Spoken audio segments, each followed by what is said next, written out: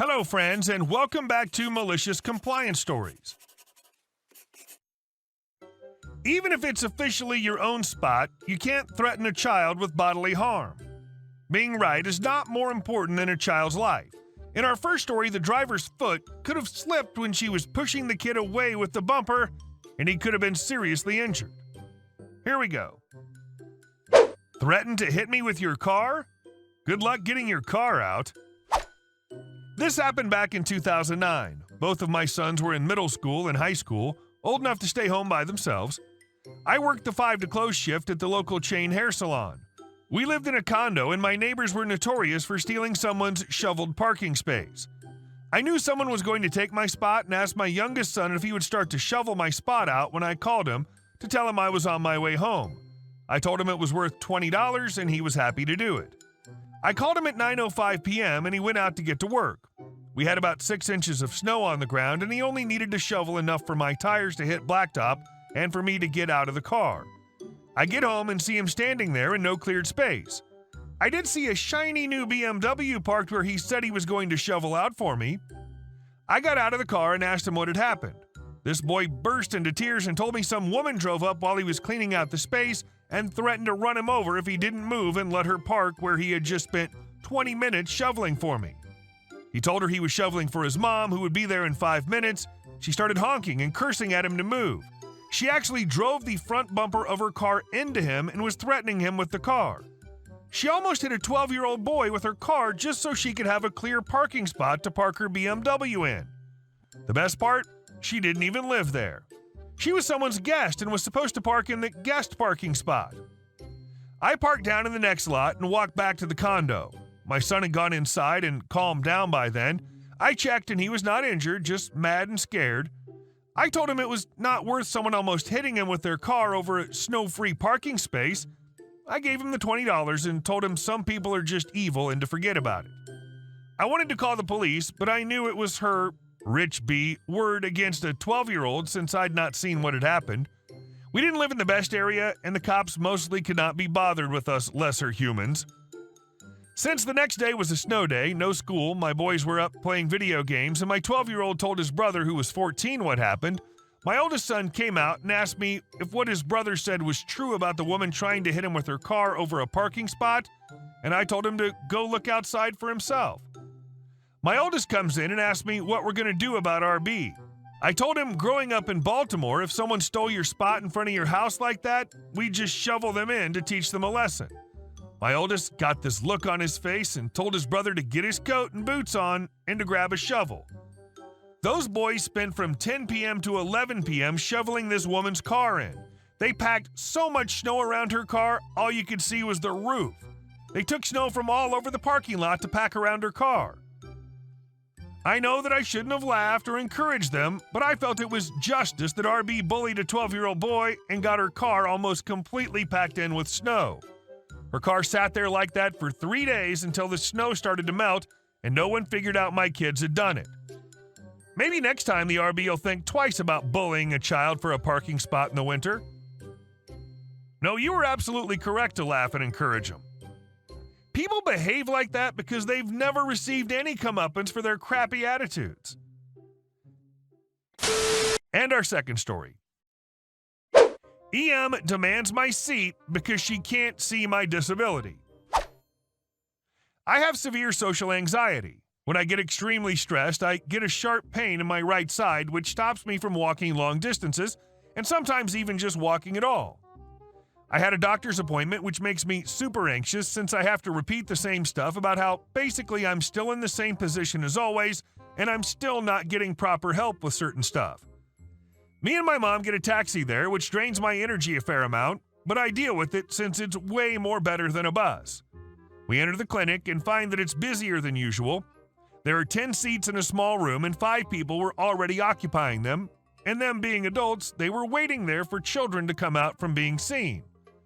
I sat at the end near the door where I always go when I enter. My mom checks me in at the reception, and so now that's all that's left to do is wait to be called. 15 minutes later, a loud woman came into the office. She had a pram with her and a son who I assume is about 12 or 13 as he was wearing a local secondary school uniform. When she came in, she immediately started banging on the glass of the receptionist. They have a glass screen that they open when someone arrives, but shut it when they don't need to talk to anyone. Told the lady that her son was here, giving no info apart from his name. You need to go through addresses and phone numbers and also prove who the carer or parent is, which made her even angrier since they didn't know who he was and that he's the most important client they have. Quotes from the EM herself. She gave up and told them all the necessary details, signed in and gave her identification, then walked towards her son, who, in the meantime, had sat in the chair next to me. There was no other chairs next to him. The chairs were in 2 rows of 4 and a pair right by the doctor's entrance. Me and my mom were sat in the middle of the 4. The son sat next to me. 2 people had already collected their kids by the time they had finally told the receptionist who she was and confirming who her son was, and I assumed she would sit in the 2 paired seats so she would be near her son and have space for the pram. Nope, she walked straight up to me, leading to the following encounter. EM, entitled mom, me. Mother, my mom. EM, excuse me, dear, you're sitting in my seat, so can you move over a couple? Now, I was in a lot of pain at this point and didn't want to move since I would be going in soon. Me. I was here first, so, EM, well, I know, dear, but I need to sit next to my son. He won't sit next to anyone other than me since he has really bad autism and hates being touched and near other people. Mother, look, my daughter was here first, and he didn't seem to have a problem sitting next to her, so why don't you just sit over there, pointing to the 2 separate chairs. EM, I don't know if you heard, but we are very important clients. Yes, very important. So important that the receptionist didn't know who you were, and he has super bad autism. I deserve to sit next to my son. He's extremely smart and sat next to you knowing that your brat would move for me. Mother, look, my daughter also has autism, but that doesn't mean that I have the right to be an a-hole for her sake. Same goes for you. Plus, she's in a lot of pain caused by her disability, and moving is very hard for her, so let her sit there and leave her alone. EM, disability? She doesn't have a disability. She's not blind or in a wheelchair, and she doesn't even look disabled. She doesn't have one. This confused me since she literally just said that her son had autism. Like, girl, your son has a disability just like I do. And you would know how much pain autism can cause because your son is GD autistic. The son had noticed the situation and headed towards the 2 seats to end the situation. EM tried to stop him, but he shook her off and sat by the wall. EM sat next to him, huffing about what happened and telling her son off for moving when we were the ones who were supposed to move. The doctor called us in about 10 minutes later, and we had the meeting like usual. Whilst I did have that horrible experience that led me to have an anxiety attack, I found out that there was a school willing to interview me to see if I could go. I've been out of school so long and have been looking for a school willing to take me back a year, and the doctor told me that there was one who wanted to talk it over. Glad that didn't end up as bad as other EM problems had, and that the son was kind enough to move. She sounds like a real piece of work. I'm glad your mom stood up for you, and the son read the situation and acted very maturely. And our next story. Honey, I'm the queen of petty. So let me preface this by saying I work in a call center. We get 4 weeks of paid vacation, and we go through bids for vacation days starting in November for the following year. Bidding is based off seniority, which I'm fine with, but sometimes it can suck. In my particular role, it can be pretty awful because we only have 4 people for our role, so only 1 person can be scheduled off a day. I have this coworker, let's call him Steve. Well, Steve has more seniority than me, so since we work the same days, he gets first dibs. So when our bidding started, I already expected him to have the week of Christmas off, which is pretty usual for him, so no big. I approached him one day just to ask if he was planning on taking a certain day off, my birthday. And he said no, because it's not during the usual week he takes off. So I start walking away, and he had the audacity to call after me saying, actually, I'll let you have your birthday off if you let me have, insert Hallmark holiday here. I'm going out of state that weekend. I was all sorts of annoyed. What kind of weak, petty bullcrap did he think he was going to get away with here? I didn't say anything and continued to walk away. Well, Steve had been talking about trying to get a leave of absence for a while because he was too stressed. Somehow he convinced some doctor he legit needed time off. He didn't. He tries going out on leave every year towards the end of the year to get all the winter holidays off, and he left the week of Thanksgiving. Here's where the petty comes in. Now, when Steve left, we'd only done one round of vacation bidding. There were still 3 rounds left for us to go through. And guess what you can't do when you're on a leave of absence? You can't bid on vacation.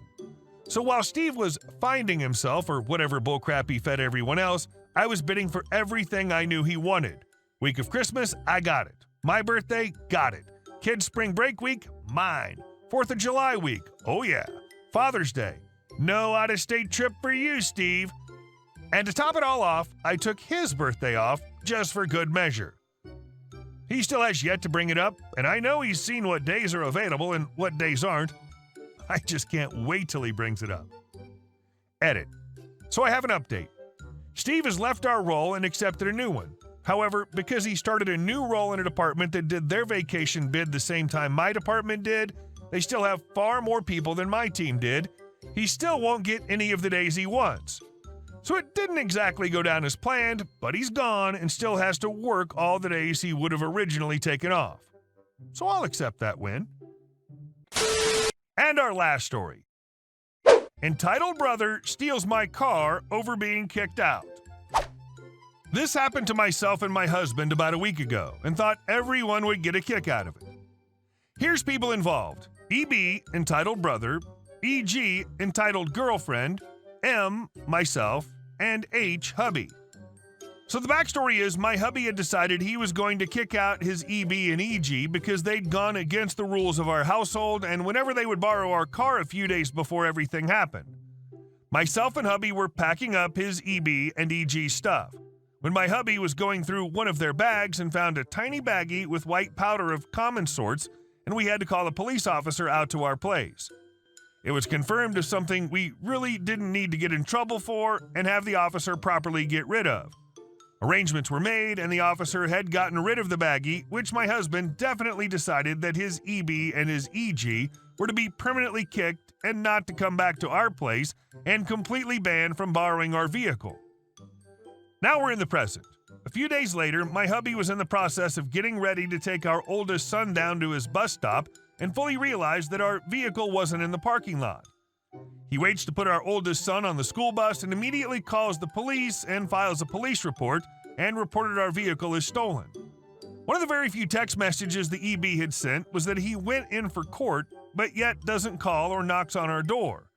I soon realized that our spare key had been stolen from myself, purse, and we informed EB that the car had been reported stolen.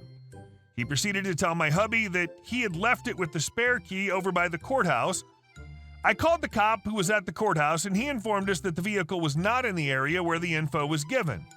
We'll update when our vehicle is found and other details. We're both planning on pressing charges. Update.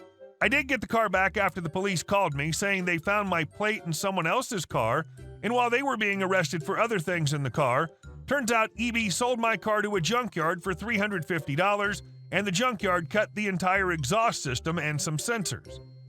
At the trial, my husband's brother denied everything, but of course this didn't save him. He's going to jail. Hey guys, thank you all for watching the video. I'll see you in the next one.